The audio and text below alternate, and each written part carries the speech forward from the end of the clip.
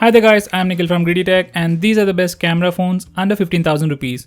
By the way, all the phones mentioned in this video support Volte, come with fingerprint scanner, and we have tested all these phones, so you can check out our reviews and comparison videos for more information.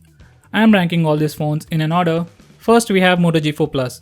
It comes with a 16 megapixel camera with f2.0 aperture, face detection autofocus, laser assisted focus and dual tone LED flash on the back, and a 5 megapixel camera with f2.2 aperture on the front. Next, ranking number 2, we have the Coolpad Note 5. It comes with a 13 megapixel camera with f2.2 aperture on the rear and an 8 megapixel camera with f2.2 aperture on the front. Next, ranking third, we have Lenovo K5 Note. It comes with a 13 megapixel camera with f2.2 aperture, face detection autofocus and dual tone LED flash on the rear and an 8 megapixel camera on the front. Next, we have LeEco Le2. It comes with 16 megapixel camera with f2.0 aperture, face detection autofocus and dual tone LED flash. On the front we have the 8 megapixel camera with f2.2 aperture. And finally, at the fifth position, we have the Xiaomi's Redmi Note 3. It comes with a 16 megapixel camera with f2.0 aperture, face detection autofocus and dual tone LED flash. On the front we have the 5 megapixel camera with f2.0 aperture. Now the difference between these cameras is very small. Unless you put the phone side by side, you won't notice the difference. Megapixels and aperture just tell you one side of the story. What matters the most is the image sensor and the software optimization. For example, Xiaomi's Mi4, a 2-year-old device, still has the best cameras. Lenovo Z1 has the same sensor but lacks the software optimization.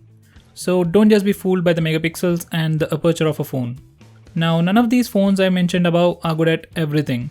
So that's why consider other aspects of the phone instead of just looking at the cameras. In terms of ranking, I would say Moto G4 Plus has the better cameras, but I'm going to rank Coolpad Note 5 to be the most practically usable one. So first let's look at the Moto G4 Plus, then we will look at Coolpad Note 5. Moto G4 Plus is still the best camera phone under 15,000 rupees. Both the front and rear cameras are wide angle cameras and have good dynamic range. It has good color reproduction, focusing speeds are very good. But this phone heats up on normal usage and becomes extremely hot on high usage. In my testing, it crossed 47 degrees while recording video. For just more than 5 minutes, it reached 45 degrees just after 2 minutes of video recording. Even though it's a good phone, considering the heating issues, I wouldn't recommend this phone.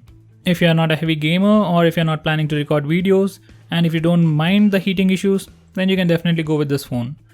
Now coming back to Coolpad Note 5, it has its issues, but it is still the best alternative for the G4 Plus. By the way, Note 5 comes with the same processor found in G4 Plus, but somehow manages the heating issue. I have seen a maximum temperature of 40 degrees even after recording a video for 23 minutes. So it's doing a great job managing the heating issue. The only disappointing things about this phone is the lack of gyroscope and an uncooked UI. The UI just doesn't feel very refined or polished. It has 4 GB of RAM, audio jack, bigger battery, doesn't have any memory management issues, and it's priced at 11,000 rupees. Next we have Lenovo Vibe K5 Note. There isn't anything really impressive to tell about this phone except the audio experience. Its cameras are slightly better than Le2 and Redmi Note 3. It has decent performance and a good UI. When it was first released, it didn't have Volte, but it now supports Volte and Geo. Next we have Le2. This is the 4th best phone in the list and it performs better than Redmi Note 3. It is the most powerful phone in the list and comes with fast charging. The only downside to this phone is the lack of audio jack and the lack of SD card slot. I really don't have any good reason to suggest this phone. Finally, we have the Redmi Note 3. This is the most balanced phone in the list, with good cameras, big battery, best performance, and a lot more good stuff. Currently, the latest stable ROM is still running on Lollipop and has camera bug. Even the UI is slightly slow, but I have recently flashed developer ROM based on Marshmallow and camera is amazing now. I skipped out on Asus Zenfone 3 Max as I didn't use it till now. Lenovo Fab 2 has something new to offer, but once again, rest of the hardware wasn't good enough to be on the list.